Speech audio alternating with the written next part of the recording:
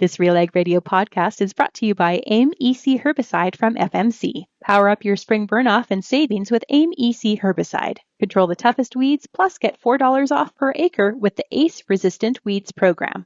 Visit ag.fmc.com for more. It's time for RealAg Radio on Rural Radio Channel 147 on Sirius XM.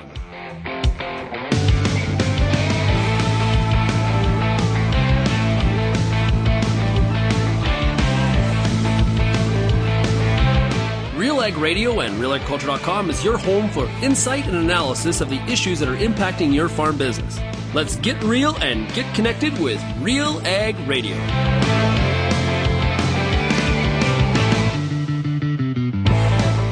Hello and welcome to the January 15th episode of RealAg Radio. I am your host for the day, Lyndsey Smith. That's right, we did a bit of a switcheroony this week. It is a bit of a strange week. It is crop week in Saskatoon.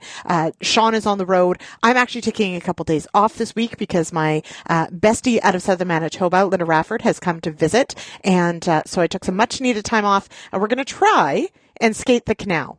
Watch my social media to see how that goes. I have never done it. For those who don't know what I'm talking about, the Rideau Canal in Ottawa, Canada, of course, our nation's capital, does get flooded every year with ice, and people work very hard to try and create several kilometers or miles long outdoor skating rink on the Rideau Canal. It is historic. It is something that every Canadian should do at least once, and I am a terrible Ottawa-ian? I don't even know what I am. For having never done it. I've lived here almost a decade and still have not skated the canal. So that is on my bucket list, and it is on my list for later this week. So here I am on Wednesday. Yes, Wednesday is typically a market day. We are going to talk a bit about markets. We're going to talk a bit about dairy today. We've got a piece from Dr. Dale Woerner at Texas Tech talking about success of crossing beef on dairy. So Shaun Haney will bring that report. We also do have a bit of a market update on the used equipment market.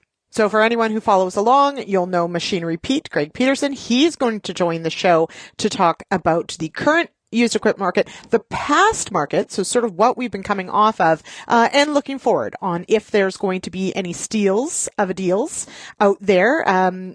Unlikely, but maybe prices are going to come down a little bit. But if you're selling, what piece of equipment might you make your most money on? It changes every year, and it's pretty fascinating. It's also pretty amazing to see how the price of new impacts the price of used, because it's not always a linear relationship. So Greg and Byrne will be on the show later, actually in the first segment, to talk about that. We've also got a product spotlight today, so I'll bring you that in our third segment. And to round out the show, I am going to do a bit of news because, of course, if you've been following along at RealAgriculture.com, you'll have heard by now that Bunge's acquisition of Viterra, here in Canada anyway, has been approved. So Minister Anand, who has said that she is not running again at all, let alone not running for the Liberal leadership. She is apparently cleaning up her desk and has moved forward with the final decision on the Bunge acquisition of Viterra. There are some divestitures that we'll go over. Kelvin's got the full report on this one. They did single out certainly that Altona, where Kelvin is from, Altona, Manitoba, and Nipawin, Saskatchewan were of particular note where there could be issues with competition. And so there's a full report at RealAgriculture.com, but in the last segment of today's show, we'll get into some of the details on that, as well as a new council that has been named to tackle the tariff and U.S. trade issues that we are dealing with. Of course, the premiers are also meeting in Ottawa today and for the rest of the week. No, I won't be trying to crash that meeting, although it might be fun. Anyway, so they are meeting as well with, of course, President-elect Trump set to become president just next week at his inauguration. So that is all in the works as well. We'll cover more of that in the final segment. So with that, let's hop to a break, and I'll be back with more RealAg Radio right after this.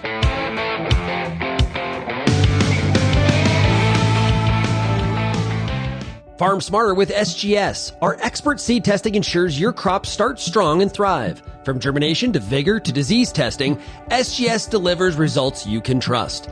Plus, we've added new wheat midge refuge varieties perfect for seed growers. Need precision? Explore our seed testing packages with built-in savings. Call us today at 1-800-952-5407 or visit cropscience.sgs.ca. SGS, when you need to be sure. The Canola School on RealAgriculture.com is your one-stop shop for everything a canola grower needs. Check out our free video series on YouTube for all the latest in canola agronomy, research, marketing, and more. Don't have time to watch? Download the podcast version of the Canola School on RealAgriculture.com or anywhere you download your podcasts. Stay on top of all things canola with the Canola School on RealAgriculture.com, brought to you by BASF and Invigor Hybrid Canola. Infuse some energy into your next corporate event, customer meeting, or conference with RealAg Radio, Canada's national agriculture radio show. Create a unique experience at your next event with host Shaun Haney, broadcasting RealAg Radio live on SiriusXM, featuring exciting guests, captivating interviews, and the latest news from the agriculture community. Contact advertising at realagriculture.com or call 587-787-1795 to book your on location with RealAg Radio today.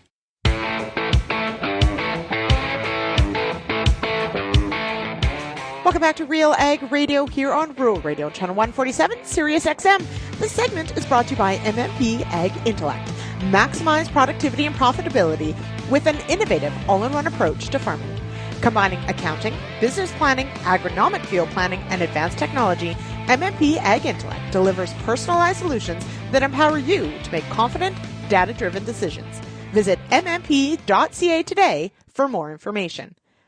Well, we hop now to a fascinating conversation. If you're at all in the used equipment world, you'll know the name of our next guest. It is Machinery Pete, which is Greg Peterson. But frankly, it just seems like the name Pete seems to work well in agriculture, doesn't it? We've got Wheat Pete, we've got Machinery Pete, we got Pistol Pete. Wait, no. Anyway, carrying on. So this conversation, this is, you're going to hear from Bern Tobin, my colleague here in Ontario, and Greg Peterson, also known as Machinery Pete, talking about the used equipment market. And this conversation was recorded at SWAC, the Southwest Ag Conference, that happened last week at Ridgetown here in Ontario. Hi, I'm Bernard Tobin. Welcome to Real Agriculture. Today I'm at the Southwest Agricultural Conference, and I'm joined by Greg Peterson, Machinery Pete. He's traveled from Minnesota over here to Ridgetown, Ontario to do a keynote presentation. Sir, thank you for stopping by. Oh, man, always a treat to come back to Ontario, and boy, first time at the conference here, impressive. Yeah. And the history of it and the learning, bringing all the folks together and the video element online, again, hats off to what they've done here. Yeah, so, and then you like Canada. You always, we had some great jokes and we had some great fun. Canadians, I'm a Minnesota boy, so, your audience up here, I always loved dealing with them. And I always thought it's kind of odd, but social media I've been doing now for 15 years, going back to 2009, and it always seemed to me, whether it was Facebook or then Twitter and then Instagram, YouTube, that our Canadian audience, you guys are just ahead of it up here. You know, and RealAg, I mean, you guys are a great example of that. You've been ahead of it on the journalistic side, just smart and inquisitive. And so, we've, of course, been covering auctions in Canada for 30 years, so always fun to come back up north. And 35 years for you, right, if I'm correct? November 1989, I got my start, Bern. I was 23 years old. I didn't know much, but my father was a third-gen dealer, and he just told me these auction prices, it's really good data. And, of course, the term big data was, 20-plus years from being a thing. So, and the internet wasn't even a thing, so I just started compiling the auction prices and just kind of tried to lean into it. And I didn't know where it was going to go, but it's been a fun ride. Yeah, it's got you all the way to Ridgetown, Ontario today. There you go. Hey, let's talk about data and in the sense of used farm equipment sales and trends that you talked about today. Want to talk about what's happening today. Things have in this time period gotten soft. We've had some hot years, but take us back. You started your conversation, looking at 2013, 14, and 15, and a little bit of a mirror image there. Yeah, that period of mid-13 through end of 15, that was the biggest drop in late model used farm equipment values I've ever seen. Nothing close. And again, starting in 1989, I saw drops, after, commodity prices were up in 96, used values went up and then they crashed. But that period, basically when ethanol really took off like a rocket ship, late 07, from there through early 13 was a very strong period for new sales, and used values were at an all-time high.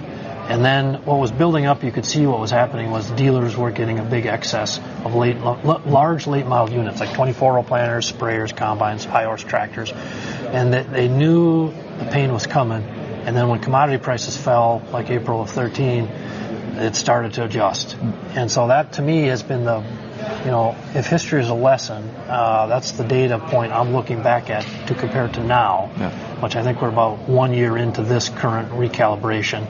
And again, in 13 through 15, late model used fell about 18 to 25% year over year for like two plus years, and then began to just flatten out. So, I've been a little surprised this time around. A couple things. One, just the volume of very late model equipment. There's a lot of stuff out there, right? Dealers have been super aggressive in 23 and 24 taking this stuff out to auction. And, the prices they get, they're having some huge losses. But as the interest rates started to go up last year in the U.S., paying 8% interest on your used lot full of, that's painful too. Yeah. So I think that one of the structural changes, Bern, that I've seen versus a decade ago is just with the dealers. Back then, there were way more dealers. Like if you had 5 stores, you were a decent-sized dealership. Now, there's hardly any 5 stores left. They've all been gobbled up. Now you're a 30 to 80-store dealership. And these dealerships are capitalized differently. So they're able, it's no fun for them, but they're better able to withstand these losses. So that's the one big difference versus a decade ago, is year one into this downturn, we're seeing about 150% increase in the late model stuff being sold at auction. So that's the one point for farmers. In your history and your memory, and your dad and your grandpa might tell you, okay, we can sit tight with our equipment through this down period and just know there's always going to be this huge excess on the dealer lot. That might not be like that. It's still recalibrating. I think 25 we're going to continue to adjust. But it's been really fun to track. And you talked about the difference between that period and what's happening now, and a couple of other things. Online auctions have changed this game completely. Yeah, unbelievable, Bern. I think if I were to write kind of a book or whatever about my 35-year experience, the period in middle of March of 2020 was going to be one of the first chapters, because it was unbelievable. So when the shutdown came, it was right in smack in the busiest auction season of the year, March and April. And most auction owners, I'm 59, they're like a little bit older than me throughout most of North America. So technology-wise, we'd had online bidding for 15 years, so there was that. But now all of a sudden, boom, you can't have a physical in-person auction. It has to be online. And the whole industry leaned into online only. And the fascinating thing for me was that commodity prices hadn't gone up yet. That was like October of 20. But instantly, within a week of the shutdown, auction pricing went up. And to the point I actually wrote a blog and I said, folks, this is unbelievable. There's not necessarily any reason for it, but I think what happened is that pandemic just forced us over the Shark Tank. Right. And so now, when you see a piece of used equipment in Tennessee that fits what you're looking for, now that barrier has just been eviscerated, and it's like you click the button and it's yours. And once that changed, in theory, it speeds up the whole used equipment, farm equipment space. If you look at the automobile sector, I always found an interesting contrast. So the automobile sector has been 10, 15 years ahead of the used farm equipment. So if they get something aged out on the lot, you take it to auction, boom, they move it, take their losses, move it, focus on selling new. Farm equipment was different. And now the whole system is faster. And so that's a good thing if you're a manufacturer. It's a good thing if you're a shareholder. It's a bit problematic if you're a farmer relying on the old peaks and valleys. You might have to speed that up a little bit, I think. You also said the prices of new have really shaken this thing up as well. Yeah, that's probably the number one thing. Is I always figured, 35 years doing this, it's like, can they go higher? Can they go higher? And of course, they always did. I always used to assume like a 4% annual jump. And of course, coming out of the pandemic with the labor costs, just the raw, you couldn't get the steel, the supply issues, everything got gummed up. Whether right or not or whatever, manufacturer farm equipment, the cost just skyrocketed. And once you get that high, the number one thing you don't want to do is back up. So now, in terms of just slamming off production, so you're closing plants, you're you're sending plants south of the border or whatever. All of that is done to hold that new price point. And the question becomes, we would always ask this, can you get a point where it's too high for a price of a tractor, a combine, or a planter? I don't know that we've hit it, but I think we're starting to test it. Mm-hmm. Hey, you spent some of your presentation talking about the auctions that you've been visiting in the last few months. A couple of thoughts on some things that you talked about. The price of loader tractors, for example. Yeah, loader tractors, of course. That livestock sector has been much more healthy, vibrant than the grain side the past year plus. So on the auction side, we definitely see much stronger auction pricing on good used loader tractors. So whether they're on the smaller end of the scale or a little bit higher, just much stronger. Mm-hmm. So versus a higher horse tractor just for the grain side is dropping more quickly. Mm-hmm. You're always amazed with grain carts. Oh, grain carts! It was amazing. I was at an auction December 3rd burn. It was in Dexter, Minnesota, a nice little farm community about 40 miles outside of Rochester where I live.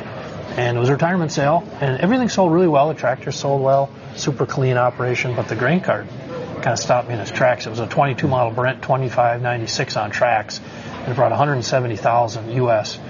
And of course, all our auction prices, they're all free to view at machinerypete.com. We want people to look at this stuff before they buy or sell.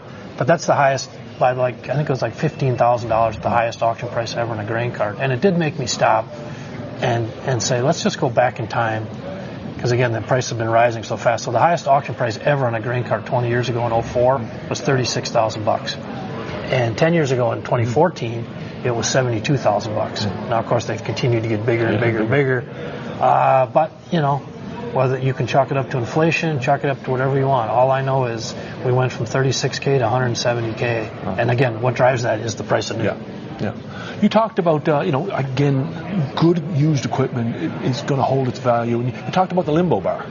Yeah, the Machinery Pete limbo bar. It's something I started writing about years ago. And it's basically, so the used equipment sector, no matter how good or bad things are, there's always a financial point, a line in the sand, a limbo bar, at which everything in good shape will still sell well. So even during bad periods like the late 90s, like 04 to 06, 13, 14, 15, and what's changed is the level of the limbo bar. Mm-hmm. So when I first started writing about it, it was about $10,000, $15,000. Anything under that back in the late 90s would still sell well. And now the limbo bar might be anywhere from $50,000 to $100,000. But I shared a slide of a sale in Illinois I covered, and it had a Bush Hog 1865E side boom mower. And we stood there and filmed it selling it for about $20,000, and the owner told me, Pete, I paid like $17,000 for that like a few years ago. But you could feel the interest in it. At the same time, when late model used is going like this, here's a $20,000 mower, and the competition for it is through the roof. So that's my limbo bar. Let's talk about some categories here again. You love that 4 to 7 year old category there. Well, I think the 4 to 7 year old age of equipment to me is the sweet spot to get the best value as a buyer, because another limbo bar or another line in the sand for me is 10-year-old equipment. And once I've seen it for 35 years, but once a piece of equipment gets a tractor and combine in particular, when they're 10 years old and in good shape, that's what everybody wants, because the price gap between a nice 10-year-old one and the new one is so big. Now the trick is the main depreciation hits in that year 3 to 7, 3 to 8. So I always thought if you can just get a nice 5-year-old one with low hours, and even if it feels like you're paying a lot, guess what? In 5 years, you're going to have a low-hour 10-year-old unit, and then it's like just moths to the flame neon light. Everybody wants it. And so whether at that point you want to trade it in or sell it privately, when you have what everyone wants, you're in the driver's seat. Yeah. Let's wrap up with a look at some other tractors, some combines and stuff like that. You talked about 200 horsepower. You see prices drop? Yeah, that would be driven by the late model units, and again just the volume sold at auction in 24.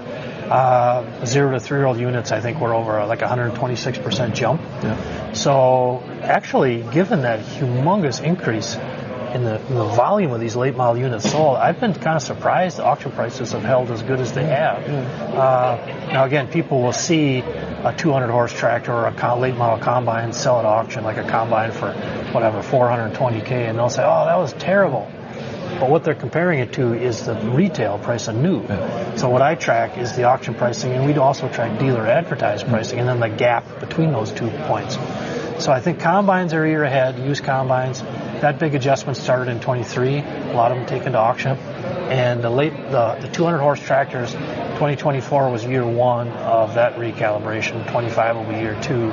So, it'll be an interesting year coming up. Interesting, you talked about supply and demand. It's in 175 horsepower. So, there's, depending on the category, there's actually some demand and right. A little different. Well, you drift into that, 150 horse, loaders. I mean, again, we talked about how the auction prices have been stronger there. Livestock guys just have more money.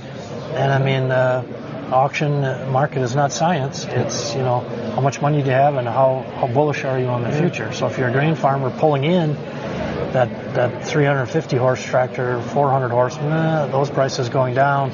But that 150 horse in good shape, it's like everybody has their checkbook out and prices are holding going up. And final thoughts, looking at the ag economy, where commodity prices are and stuff like that, and obviously what the trends that you're seeing. How do we, from all your followers and the people who follow you, what do you tell them about, how to navigate 2015, 2016? Really does depend on the individual, right?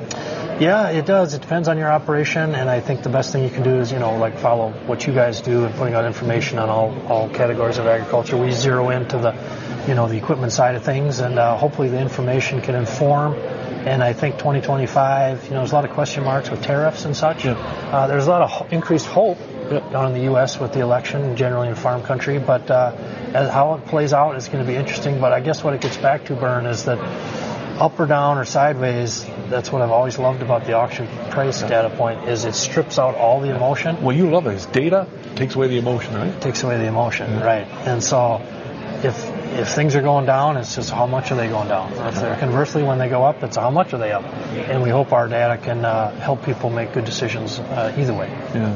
Well, Greg, great to have you on Real Agriculture. Great to see you up here in Ontario. Thanks for dropping by, and we'll follow you on all things social media and check out your auction price guides. And thanks, Bern. Always fun to come up, and again, hats off to what you guys are doing and how you're doing it. Appreciate it, sir. We'll see you soon. All right, we are going to take a quick break, and I'll be back with more of RealAg Radio right after this. There's power, and then there's superpower. Advancing the unstoppable superpower of pre-seed from New Farm. Take control, eliminate weed competition, and start clean in spring. Manage weeds early in canola, cereals, and pulses.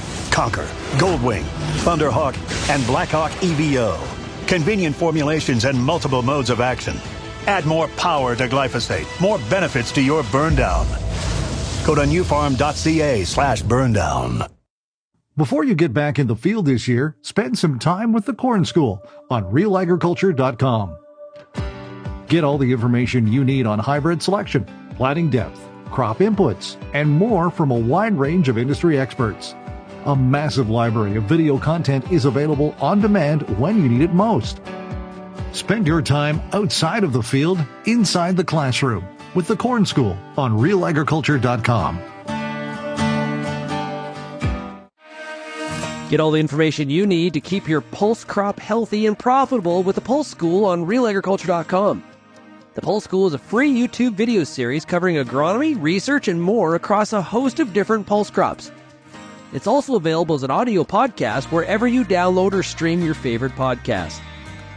Check us out on YouTube or visit RealAgriculture.com. The Pulse School, brought to you by BSF Canada.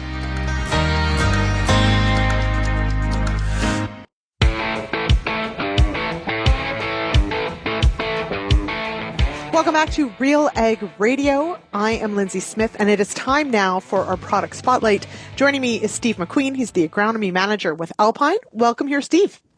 Thanks for having me, Lyndsey. Appreciate it.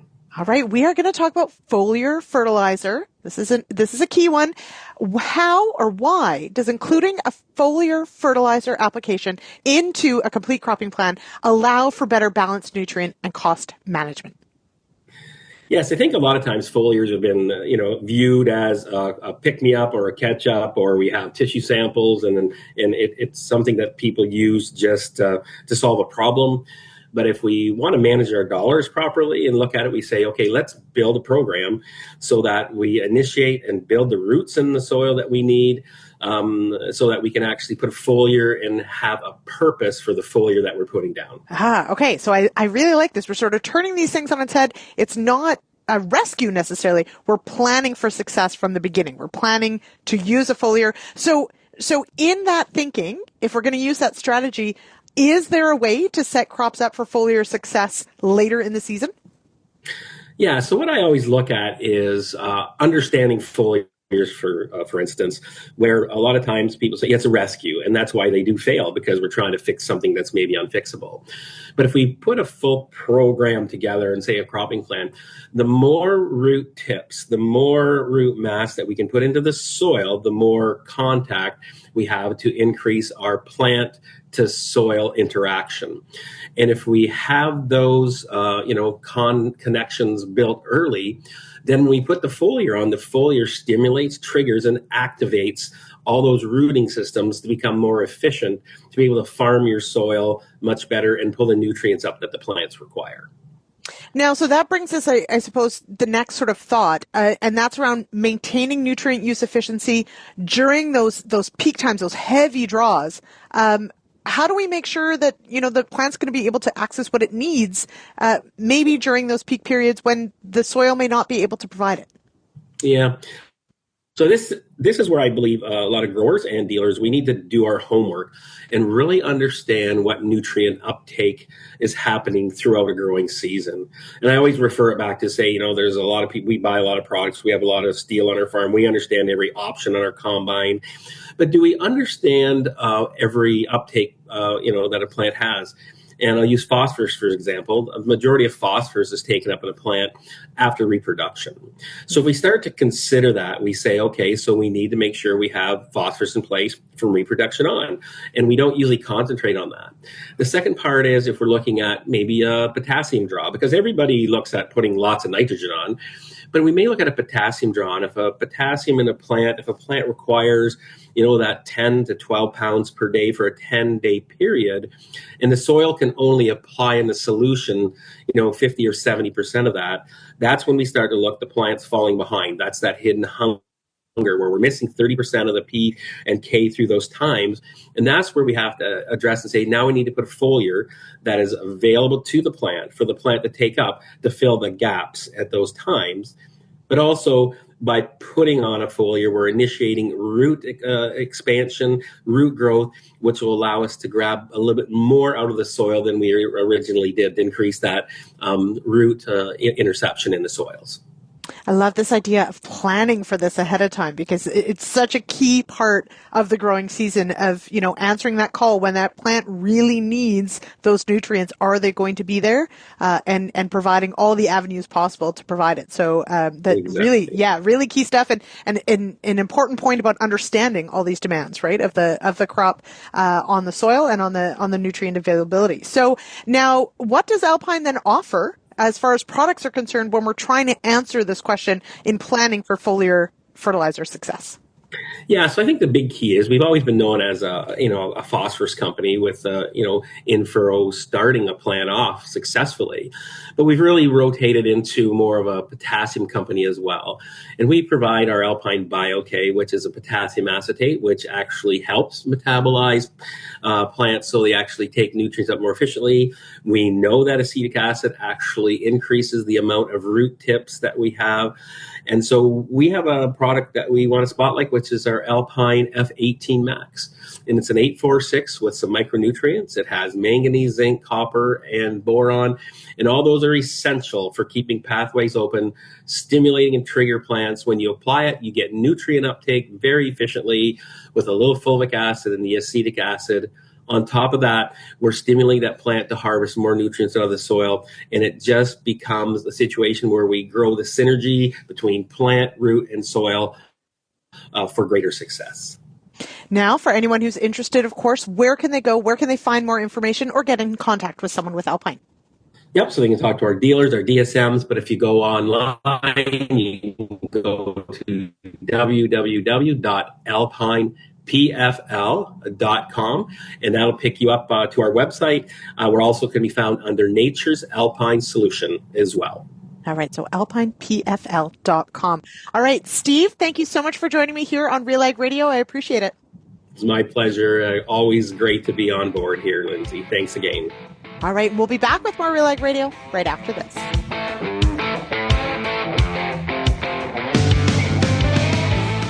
What's next doesn't happen by accident, doesn't happen by chance. What's next happens when experience meets expertise, when data meets dollars, and when steel meets earth. What's next happens when the promising work of Pioneer's state-of-the-art research centers meets the unsparing challenges of more than 17,000 on-farm trials. Our ultimate goal is to bring the next seed breakthrough to your field. Because Pioneer isn't just our name. It's our mission. Pioneer. What's next happens here. I'm Lyndsey Smith from RealAgriculture.com. Join me Monday nights for The Agronomist, a 1-hour live and interactive show broadcast across YouTube, Facebook, and X. Monday nights at 8 p.m. Eastern, I host expert agronomists from all over the country to give you answers to some of the toughest agronomic questions. Join us live or catch the replay Tuesday morning. That's The Agronomist with me, Lyndsey Smith, Monday nights live at 8 p.m. Eastern.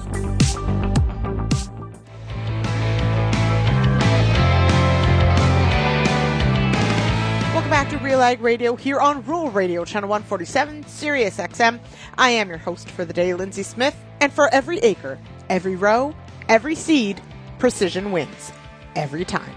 Only Seedmaster delivers unmatched accuracy for better yields and bigger profits. Seedmaster, driven by precision, leading the way in seeding innovation.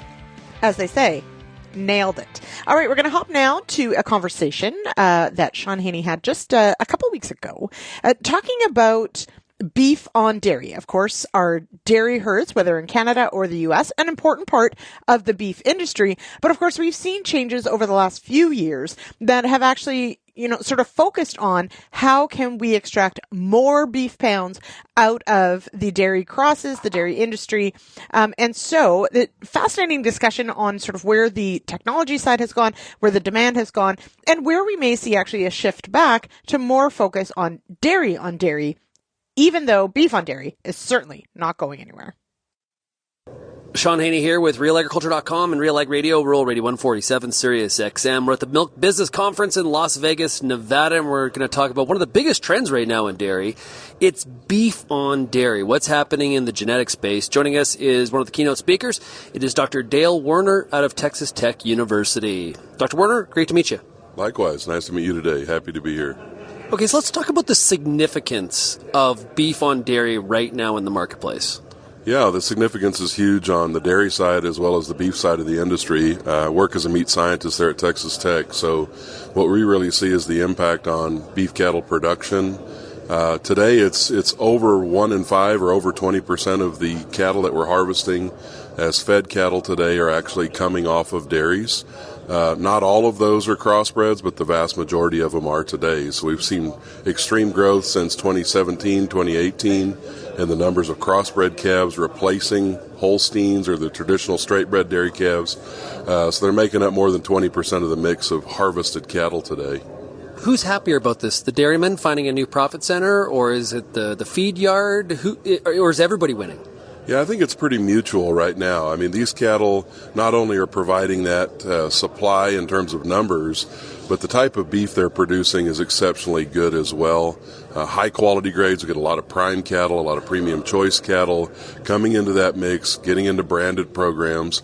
So it's really adding value in many ways to the beef industry. But of course, the dairymen and women are adding a lot of value to their calves. And, we've gone from, let's say, a $50 Holstein steer in 2016, 2017 to 10, 12, 15x that today.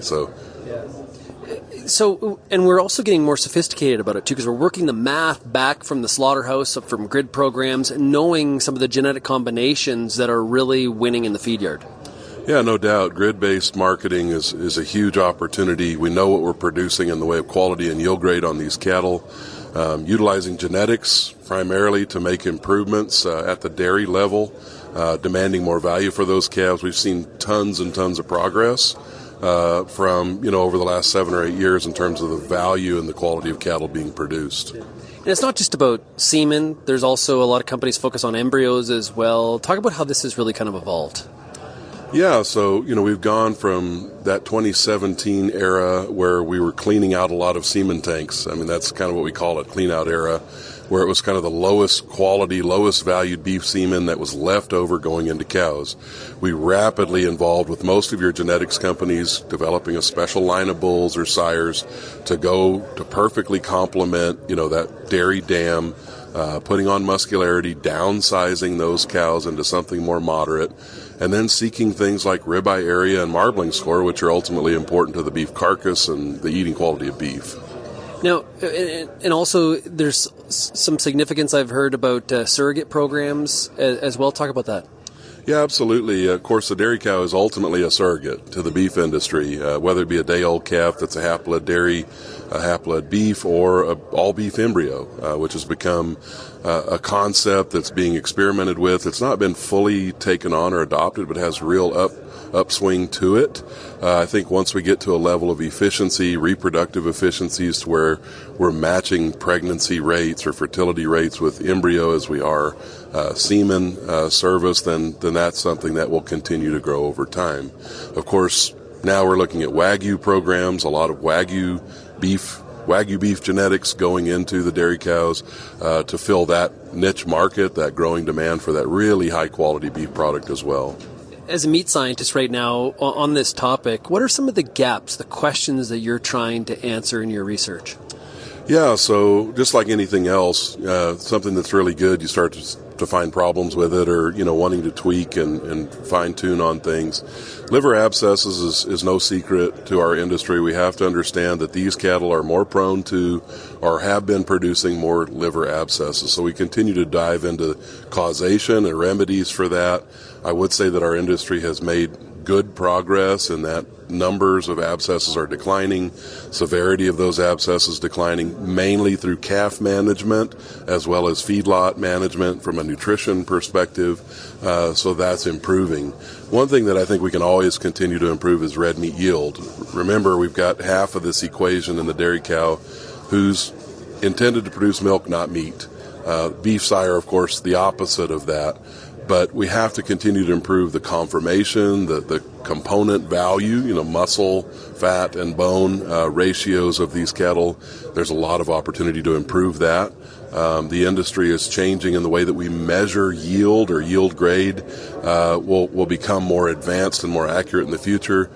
We're breeding cows today that may very well be marketed or valued different in 3 years or 4 years down the road.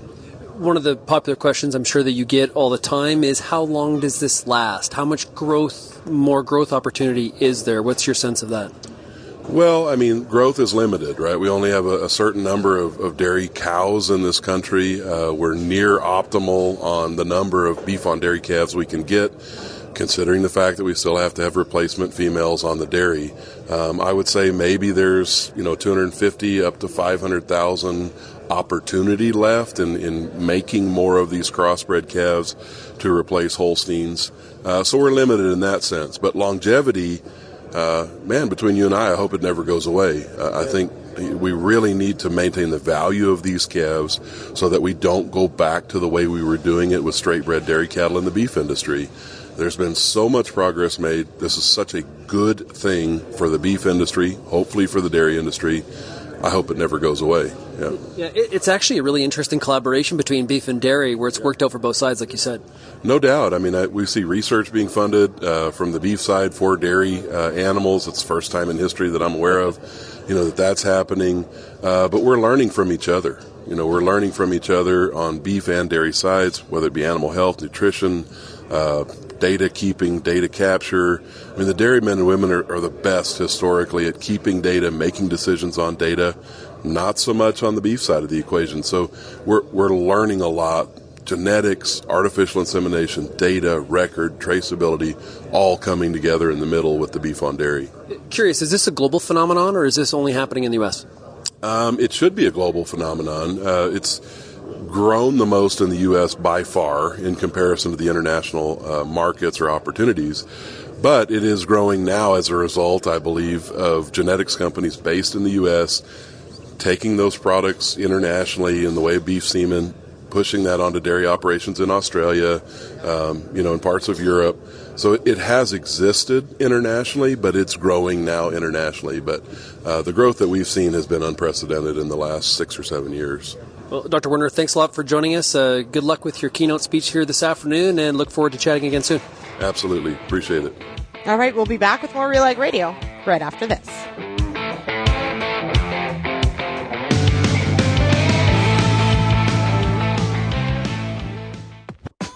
RealAg Radio is Canada's only daily radio show focused on agriculture. Get expert advice on Agronomic Monday. Tuesdays and Wednesdays will cover a broad range of issues.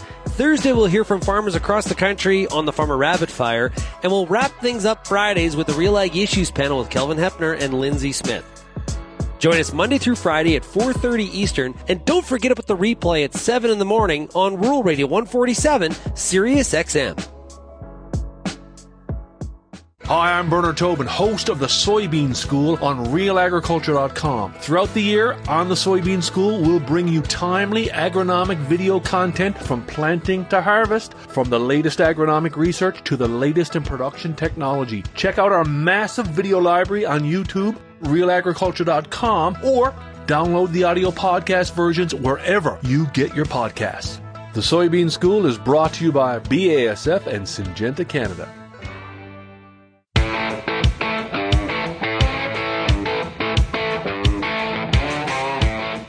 Welcome back to RealAg Radio. I am your host for the day, Lyndsey Smith. It is Wednesday, January 15th. Somehow, middle of the month. I did want to send a shout out to my son, Elliot, who of course does not listen, but maybe I'll make him listen to this episode. He turned 13 on Monday. I got to tell you, I'm not entirely ready for the teenage years with a boy. I have a teenage daughter.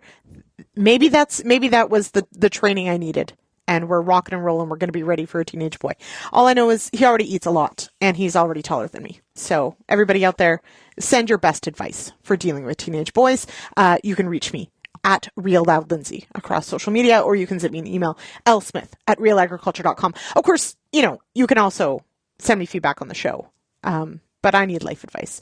Hey, we're going to cover the news, and this segment is brought to you by Alpine Liquid Fertilizers, your full-season crop fertility specialist from start to finish, as you heard earlier in today's show.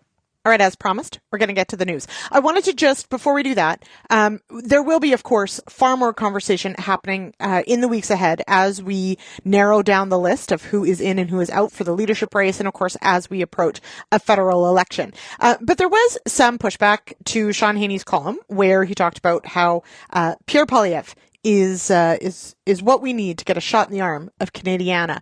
And that's the title. There's more to it than that, but the title, I think, by invoking the name of Pierre Poilievre, has certainly set off a couple people. There, Pierre Poilievre doesn't necessarily have all the fans out there. I think the party probably does. But we really do welcome your feedback, and we really do appreciate, we may not all agree on everything, and honestly, Shaun's opinion is not necessarily that of Kelvin's or that of myself. It is an opinion column, and I think that's really important to take a stand on and argue a point. I probably have a counterpoint on some of it, but Shaun's column, I think, was really thought-provoking, really interesting and important, that right now, we really do need to think about what it means to be Canadian. And I'm actually hosting tomorrow's radio show, the Farmer Rapid Fire. I'm super excited. And I think that will be my question is, what does it mean to be Canadian?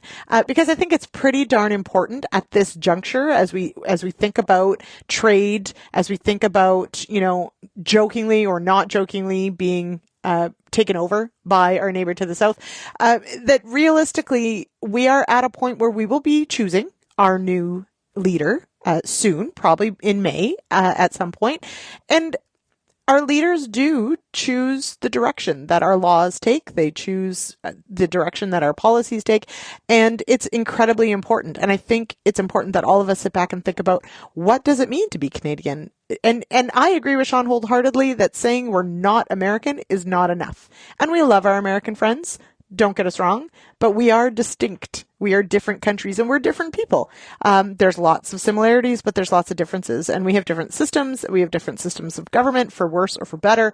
And I think it's really important that as individuals, we recognize what we hold dear, what we're super proud of being Canadian, and what is it that makes us Canadian. I don't know that I have the answer. I think I have some thoughts. But yes. But anyway, we appreciate the feedback. It doesn't mean that we expect you all to agree, and that's okay. All right. On to the news. And of course, the biggest news happened yesterday, late in the day. Calvin Hepner, tip of the hat to you for getting this all put together. But we are moving forward with at least from the Canadian regulatory standpoint, Bunge's acquisition of Viterra. So here's what we know. Here's the details on RealAgriculture.com. Brought to you, of course, by my friend Calvin Hepner. All right. So this is an $8.2 billion deal. That's US dollars. So, of course, in Canadian, it's cajillion, fulfillion. Anyway, but we did get, the Canadian government has communicated by order in council published yesterday that they will, that they have essentially approved the deal with some concessions. And that was, of course, the big question was, will the federal government say yes to this? However, will there be divestitures? Will there be things that, Bunge or Viterra has to do in order to make this deal go through. So we have now, according to Transport Canada, we have the contingent measures that have to be put in place in order for the sale to proceed here in Canada.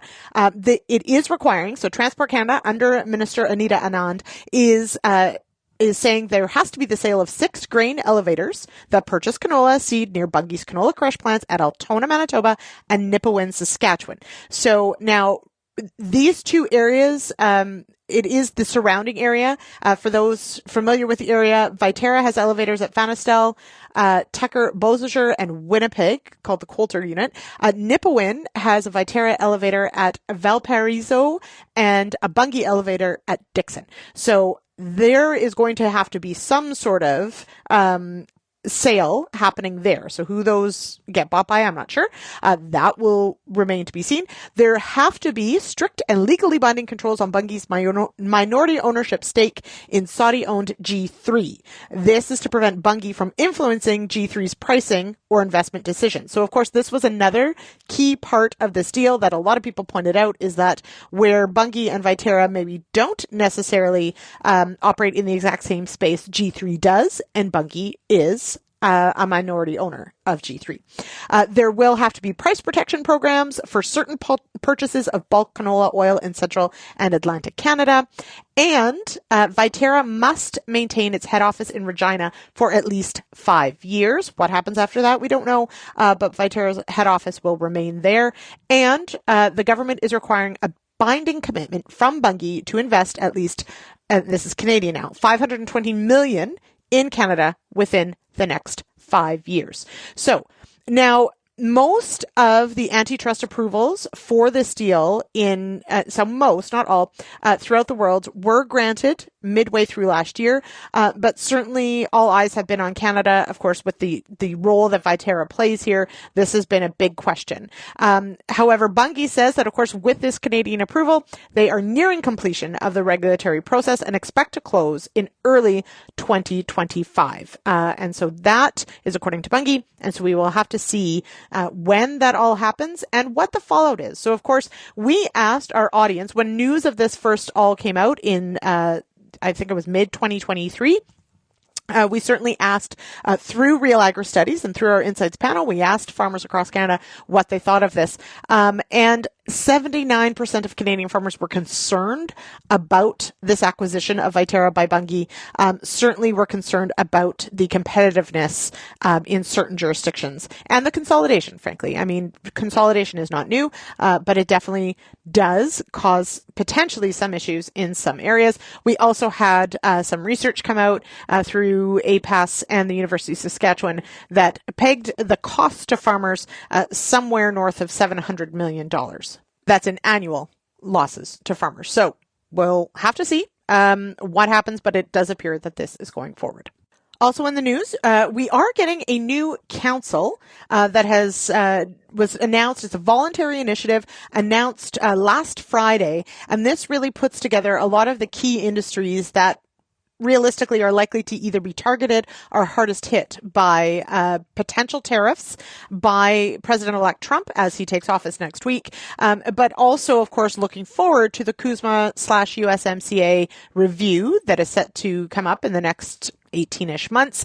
So we do have, it's called the Canada-US Trade Council. It includes participants from a wide swath of sectors. So steel, aluminum, forest, oil and gas, dairy, banking, as well as agri-food. So agriculture and agri-food are also going to be a part of this. Now, there will also be things such as the Business Council of Canada, the Canadian Chamber of Commerce, the Canadian Manufacturers and Exporters. But this is not a lobbying or advocacy group per se. So this is not necessarily going to be a council that is going to be sitting at the trade negotiation table. This is a group that essentially is going to meet and put together a lot of information and really try to highlight the important points for Canada's trade negotiators as they sit down with the U.S. And their U.S. and Mexico counterparts in the CUSMA/USMCA review phase, but also, of course, in the face of threatened tariffs, at least. This is a group that's got together and are going to bring together experts from each of these industries, labor and union reps, of course, as well, and really going to tie in with also Canada's ambassador to the U.S., at least at the outset. So our ambassador that's Kristen Hillman, she did speak at the very first meeting that happened, and she called attention to just how important trade with Canada, between Canada and the U.S., of course, is 1.3 trillion in goods and services that crosses that shared border every year. So this is incredibly important. And so this new council will work to put together the information that our trade negotiators are going to need when they sit down with the U.S. and Mexico. But obviously, all eyes are on the U.S. right now. And I am rapidly running out of time here, but I did want to just mention, also happening today, as I mentioned at the outset, the premiers are meeting here in Ottawa. And my Premier Doug Ford, showed up for the meeting wearing a Canada is not for sale hat. Where he got it, I don't know. If you want to order yours, maybe check Amazon. I'm not sure. But we will see, and we'll be watching what comes out of this meeting. This is, of course, an interesting time, and our premiers have been playing a pretty large, pretty vocal role in the Canada-U.S. relations right now. We did see Premier of Alberta, Danielle Smith, down in the U.S. meeting with President Trump at Mar-a-Lago, and with Kevin O'Leary down that way.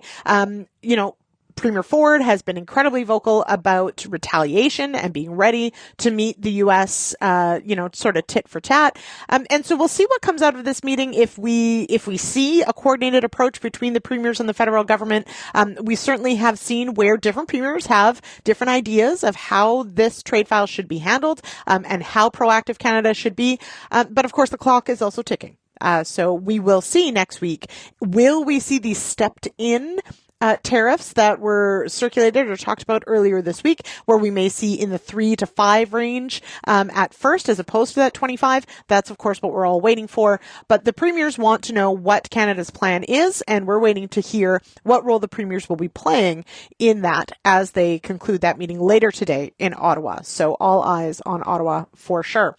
All right, that just about does it for today's show. Thank you so much for joining me. I will, of course, be back for tomorrow for the Farmer Rapid Fire. I love that show. I'm super excited for it. And then I am off for the rest of the week. So I won't be on the issues panel, but don't worry. Shaun Haney will do a great job with everybody who's on the panel as well, breaking down the top issues of the week. And if you want to be kept in the loop, of course, with everything we do here at Real Agriculture, highly recommend head to realagriculture.com/subscribe, and you can get a daily e-newsletter with all our top stories. You can subscribe just to cattle, just to machinery, everything about the agronomist. It's all there. Go check it out. And of course, while you're there, check out our podcast page as well.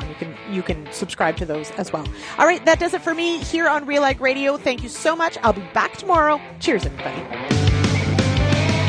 Thank you for downloading this RealAg Radio podcast, brought to you by AIM EC Herbicide from FMC. Fast-acting AIM EC Herbicide is the go-to tank mix for the hottest spring burn-off of the toughest weeds. Plus, get $4 off per acre with the ACE Resistant Weeds program. Visit ag.fmc.com for more.